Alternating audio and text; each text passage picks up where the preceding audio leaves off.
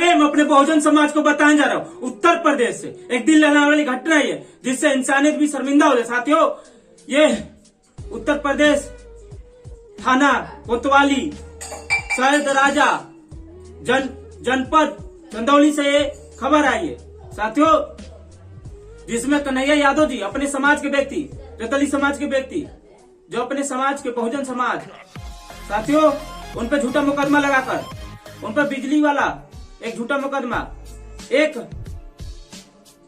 मारपीट का, रंगदारी, और उन पर यह झूठा मुकदमा लगाकर साथियों वहां की प्रशासन ने कही थी कि आप जिले में आपको अधिकार नहीं रहने का, आपको इस जिले को 6 महीना छोड़ना पड़ेगा, आप दूसरे शहर में जाकर रह सकते हैं। तो वो रहने लगे कन्हैया यादव जी जब रहने लगे तो ये प्रशासन की देखिए तानाशाही, ये बीजेपी की सरकार की तानाशाही। कन्हैया यादव जी की 2 बेटी, एक बेटी का नाम 24 साल की थी, उनका नाम था निशा यादव, और उनकी छोटी बेटी जो 18 साल की थी उनका गुंजा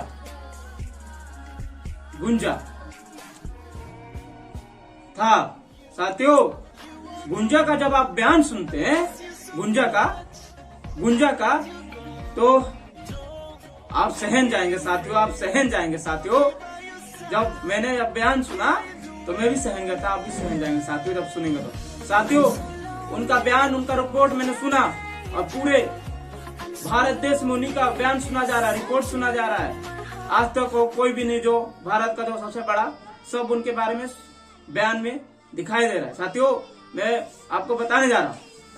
साथियों, गुंजा ने बताया कि हम जब छत पे थे, निशा मेरी बड़ी बहन, तो प्रशासन आई, एक का दूगा नहीं, 40 व्यक्ति जब आए, 40 व्यक्ति प्रशासन फोर्स में आए, जैसे आतंकवादी की तरफ, जैसे लगे कि वो देशद्रोही थे। क्यों आए?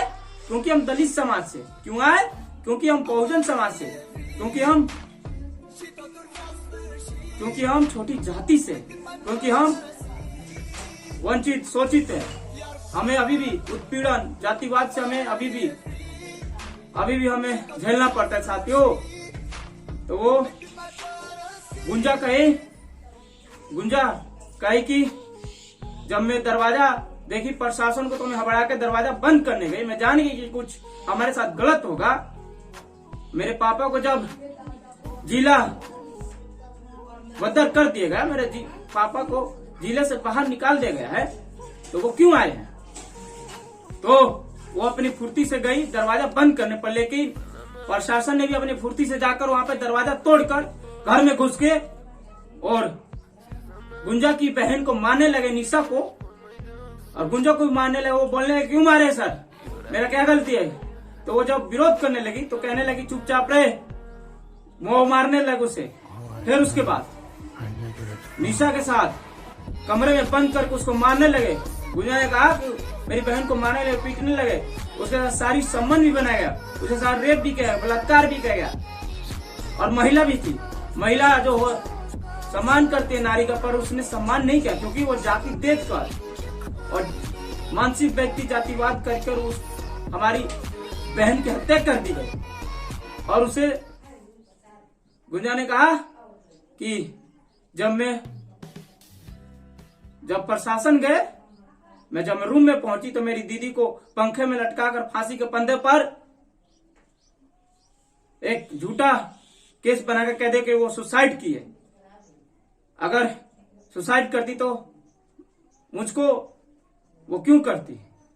और साथियों, अगर कोई व्यक्ति सुसाइड करता है तो अगर आप देखें ना कोर्ट में कि जज अगर कोई व्यक्ति को फांसी की सजा देता है, तो जल्लाद उसको जब फांसी देता है तो उसको फांसी पे झूलता है, जीभ निकल जाता है, आंख बाहर आ जाता है।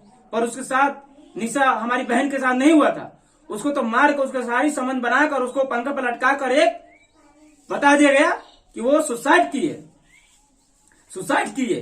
तो फिर उसके बाद में उसको गुंजा ने कहा कि जब मैं बहन के पास गई, देखी मेरी बहन का हार्ट नहीं चल रहा था, और उसका दिल का धड़कन भी रुक गया था।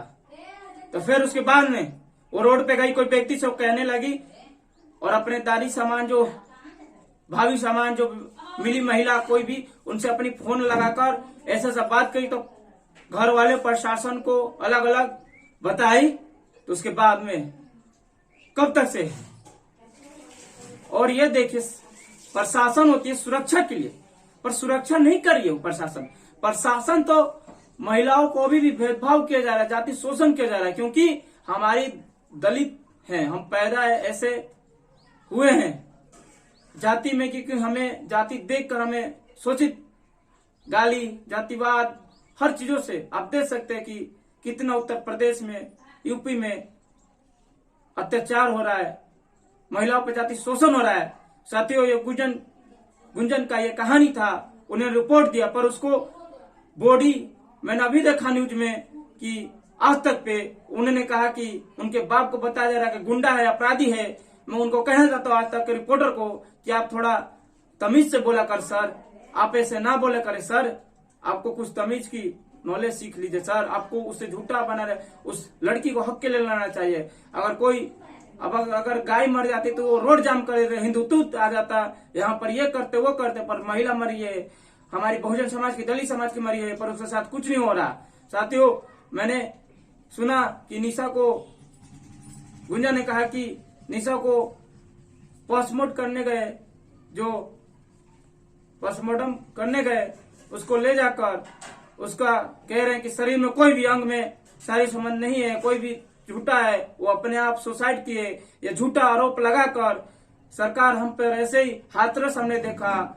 आप मैं गिनाना नहीं चाहता, आप देख सकते जो हम लड़ना है, अभी लड़ाई हमें लड़ना पड़ेगा। जो हमारे साथ अभी हो रहा है उत्पीड़न चीज, उस पे हमें लड़ना है, हमें सड़कों पे आना है, इकट्ठे होना है। क्योंकि हमारे भाई, बड़े भाई भीम आर्मी चंद्रशेखर आजाद रावण, चंद्रशेखर आजाद जी गए वहां पर, मांग की 50 लाख रुपए का और एक सरकारी नौकरी, और जो अपराधी उसे फांसी की सजा दे।